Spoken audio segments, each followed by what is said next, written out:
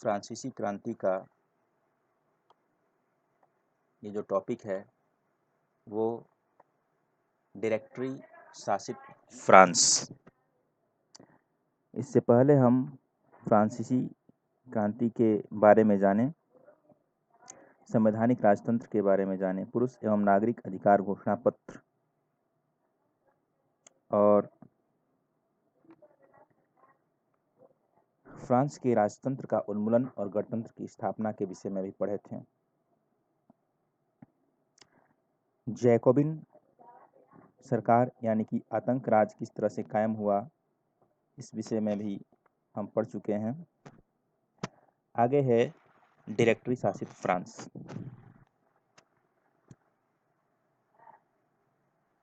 Robespierre को गिरफ्तार कर जुलाई 1794 ईस्वी में न्यायालय द्वारा उसे दोषी ठहराया गया और गिरफ्तार करके उसे अगले ही दिन गिलोटिन पर चढ़ा दिया गया था। फ्रांसीसी क्रांति के बाद हम देख रहे हैं कि फ्रांस की शासन व्यवस्था में काफी उथल-पुथल मचा हुआ है। वहाँ के लोग एक अस्थायी शासन देने में अभी तक कामयाब नहीं हो सके थे। अभी डायरेक्टरी शासित फ्रांस क्या है? जैकोबिन सरकार यानी कि आतंक राज के खात्मे के बाद मध्य वर्ग के संपन्न तबके के पास सत्ता आ गई। राजनीतिक अस्थिरता फ्रांस की नियति बन गई थी। अब जो संविधान बना उसके तहत संपत्तिहीन तबके को मताधिकार से वंचित कर दिया गया। इससे पहले उन्हें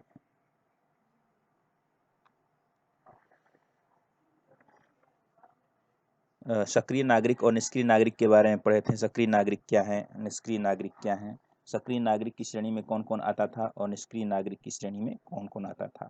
सक्रिय नागरिक में मताधिकार प्राप्त लोग आते थे और निष्क्रिय नागरिक में जिसे मताधिकार प्राप्त नहीं था। सक्रिय नागरिक 25 वर्ष से अधिक उम्र वाले केवल ऐसे पुरुष जो कि कम से कम 3 दिन की मजदूरी के बराबर कर चुकाते थे और शेष पुरुषों और महिलाओं को निष्क्रिय नागरिक में रखा गया था। जबकि जो जैकोबिन सरकार आई इसमें क्या व्यवस्था था? 21 वर्ष से अधिक उम्र वाले सभी पुरुषों, चाहे उनके पास संपत्ति हो या नहीं, को मतदान का अधिकार दिया गया। अभी तक हम देख रहे हैं स्वतंत्रता, समानता और बंधुत्व पर आधारित फ्रांसीसी क्रांति, जिसके ये मूल आदर्श आगे के क्रांति और आगे के आंदोलनों के लिए प्रेरक तत्व बने, के बावजूद महिलाओं को मत देने का अधिकार नहीं था। डायरेक्टरी शासन में भी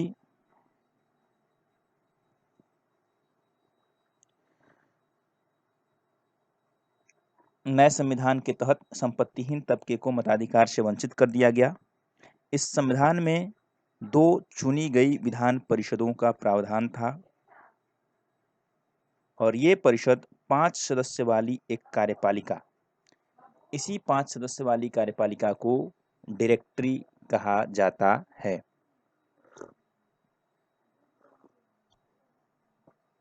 वर्तमान शासन व्यवस्था को भी हम जानते हैं कि सरकार के अंग कौन-कौन हैं, तो यहाँ भी वो सिस्टम था। विधान परिषद था, विधान परिषद से 5 सदस्य वाली एक कार्यपालिका डायरेक्टरी को नियुक्त किया गया था। अब ये डायरेक्टरी ही शासन चलाते थे। इस प्रावधान के जरिए क्या हुआ, जैकोबिन में जहाँ देखे थे कि रॉबेस्पियर का ही सब कुछ चलता था। रॉबेस्पियर यानी कि एक व्यक्ति केंद्रित कार्यपालिका थी, वो अब इससे बचने की कोशिश की गई डायरेक्टरी शासन के द्वारा। लेकिन डायरेक्टरों का झगड़ा अक्सर विधान परिषदों से होता था और तब परिषद उन्हें बर्खास्त करने की चेष्टा करती थी। यानी कि यहाँ भी हम राजनीतिक अस्थिरता देख रहे हैं। इस राजनीतिक अस्थिरता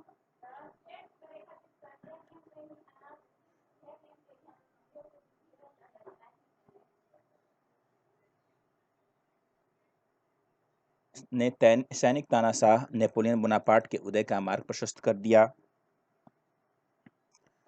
और सरकार के बदलते स्वरूप के दौरान स्वतंत्रता, विधि सम्मत समानता और बंधुत्व प्रेरक आदर्श बने रहे थे तथा बाकी यूरोप के राजनीतिक आंदोलनों को भी यह प्रेरित कर रहा था। अब आगे है, क्या महिलाओं के लिए भी क्रांति हुई? हम देख रहे हैं अभी तक के संविधान में महिलाओं को कोई विशेष अधिकार नहीं मिला था, जबकि क्रांति में महिलाएं भागीदार थीं।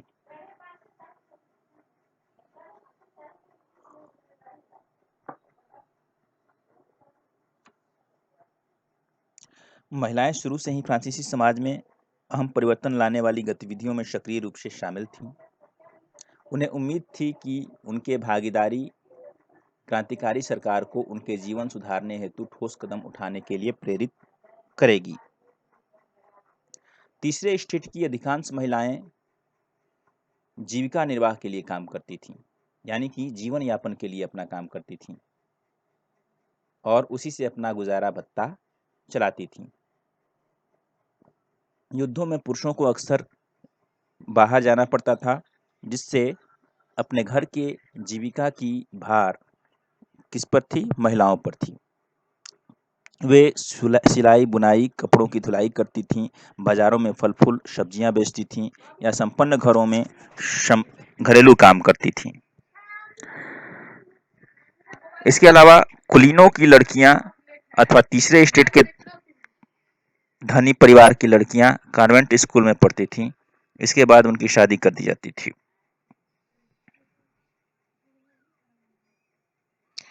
अर्थात अधिकांश महिलाओं के पास पढ़ाई लिखाई तथा व्यावसायिक प्रशिक्षण के लिए मौके नहीं थे।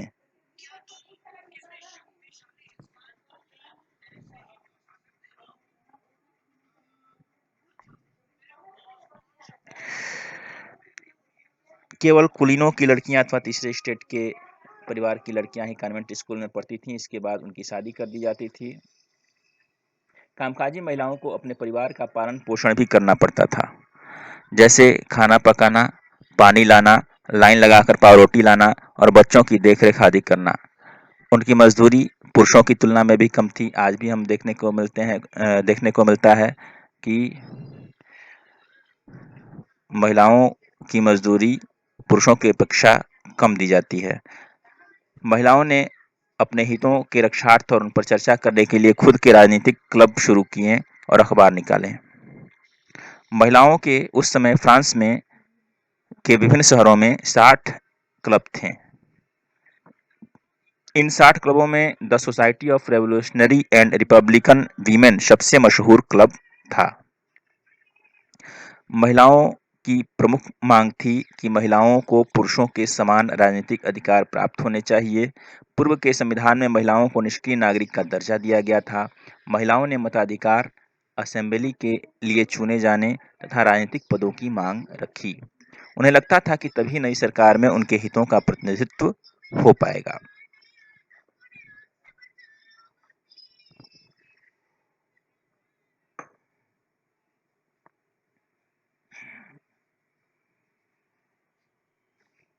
सरकार द्वारा महिलाओं के जीवन में सुधार लाने के लिए कुछ कानून भी लागू किए गए। क्रांतिकारी सरकार द्वारा सरकारी विद्यालय की स्थापना के साथ ही सभी लड़कियों के लिए स्कूली शिक्षा को अनिवार्य बना दिया गया। अब पिता उन्हें उनकी मर्जी के खिलाफ शादी के लिए बाध्य नहीं कर सकते थे। शादी को स्वैच्छिक अनुबंध माना गया और नागरिक कानूनों के तहत उनका पंजीकरण किया जाने लगा। तलाक को कानूनी रूप दे दिया गया और महिला पुरुष दोनों को ही इसकी अर्जी देने का अधिकार दिया गया।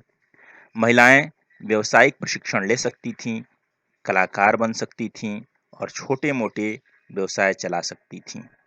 लेकिन राजनीतिक अधिकारों के लिए महिलाओं का संघर्ष जारी रहा, यानी कि अभी तक महिलाओं को कोई राजनीतिक अधिकार नहीं मिला था। मताधिकार से वंचित थीं। विधान परिषदों में वे चुनी नहीं जा सकती थीं।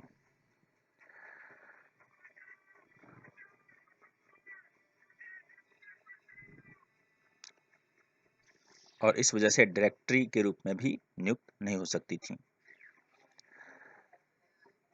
अब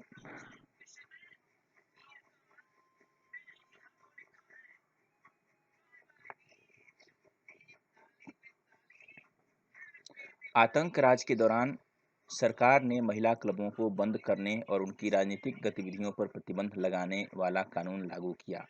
आतंक राज के समय किसका शासन था? रॉबेस्पियर का, जैकोबिन दल। उसने क्या किया कि महिला क्लब को बंद करने का आदेश दिया, राजनीतिक गतिविधियों पर प्रतिबंध लगाया, कई जानी मानी महिलाओं को गिरफ्तार कर लिया गया और उनमें से कुछ को फांसी या गिलोटिन पर चढ़ा दिया गया। मताधिकार और समान वेतन के लिए महिलाओं का आंदोलन अगली सदी तक अनेक देशों में चलता रहा और अंततः सन 1946 में फ्रांस की महिलाओं ने मताधिकार हासिल किया, यानी कि एक आधुनिक देश जिसमें स्वतंत्रता, समानता और बंधुत्व से प्रेरित आंदोलन 18वीं शताब्दी में ही हो गई थी। 1789 में, 1789 में, और उसके बावजूद महिलाओं को अपने अधिकार के लिए लंबा संघर्ष करना पड़ा।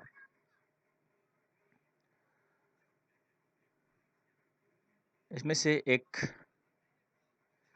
क्रांतिकारी महिला ओलंप दे गूज 1748 से 1793 जीवन काल का जीवन के बारे में बताया गया है।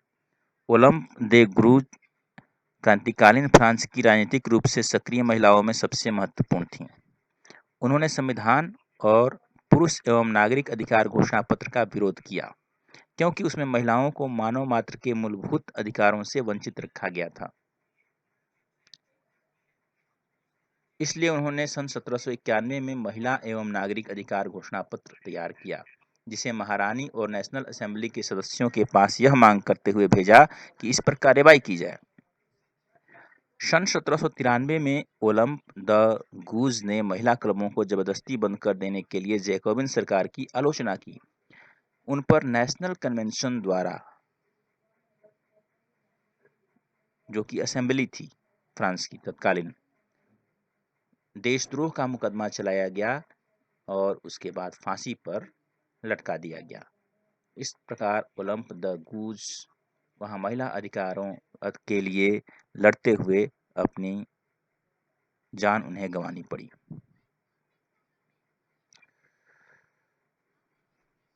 ओलंप द गूज के द्वारा जो महिला अधिकार घोषणा पत्र आया था, उसके कुछ मूलभूत अधिकार क्या क्या थे वो देखिए।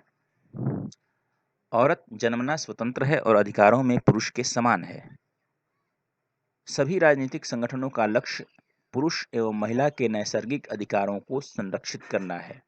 ये अधिकार हैं स्वतंत्रता, संपत्ति, सुरक्षा और सबसे बढ़कर शोषण के प्रतिरोध का अधिकार। कहने का तात्पर्य यह कि औरत जन्म से स्वतंत्र हैं और महिला और पुरुष दोनों बराबर हैं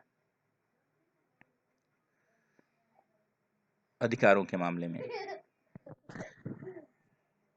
और सभी राजनीतिक संगठनों का लक्ष्य जो है पुरुष एवं महिला के नैसर्गिक अधिकारों को संरक्षित करना है। नैसर्गिक अधिकार क्या थे? इसको हम पुरुष अधिकार घोषणा पत्र में पढ़े थे। जीने का अधिकार नैसर्गिक अधिकार है। जीवन प्रकृति प्रदत्त है और इसे लेने का अधिकार किसी को नहीं है सिवाय प्रकृति के। नैसर्गिक और आहरणीय अधिकार जिन्हें छीना नहीं जा सकता है और जो जन्म से प्राप्त थे। इस प्रकार ये नैसर्गिक अधिकार क्या है? स्वतंत्रता, संपत्ति, सुरक्षा और सबसे बढ़कर शोषण के प्रतिरोध का अधिकार। ये ओलंप दे गुज के घोषणा पत्र में उल्लिखित था। तीसरा, समग्र संप्रभुता का स्रोत राष्ट्र में निहित है, जो पुरुषों एवं महिलाओं के संघ के सिवाय कुछ नहीं।